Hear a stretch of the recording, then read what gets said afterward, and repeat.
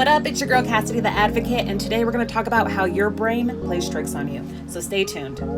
So number one, this is one of the most fascinating things about our brain, I think, is that our minds like to take shortcuts, and that's a very primitive use of our brain pretty much, because it makes it a lot easier when we're interpreting all this stimulus and stimuli from our surroundings, and our brain is trying to decipher what the appropriate response is. It creates kind of like a template. And so sometimes our minds can create these heuristics or shortcuts, and they can be inaccurate to what we're actually experiencing in that place and time, because maybe some of the cues are similar to past events, but it's not relative to our situation right then and there.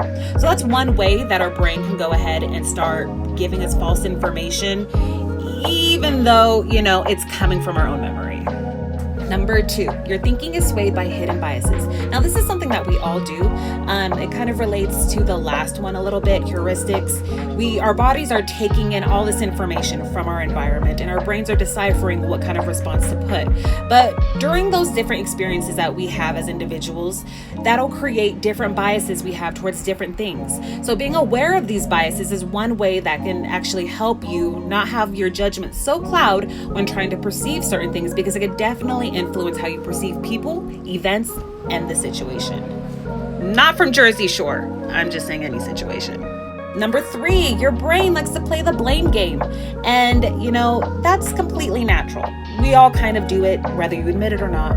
We all kind of do it. So, our brains are wanting to find someone to blame, something to blame for whatever that is upsetting us or whatever the situation may be. However, it doesn't mean that that's accurate. Doesn't mean that person or thing or whatever it is to blame. And so research has showed that we actually do this to kind of help protect our own self-esteem and kind of guard up our own feelings or our fear of failure. So this is another thing that we tend to do that can kind of trick us into seeing things differently than what they actually are. Number four, your brain can be blind to change. And this can be called change blindness, or some people even kind of refer to it as tunnel vision, where there's just so much going on. There's so much sensory input. There's so much, going on in your daily life where it's hard for you to focus on things outside of that tunnel. There are things that you miss because you're so focused on one thing. And sometimes that can cloud our judgment and kind of prevent us from seeing a clear, full picture.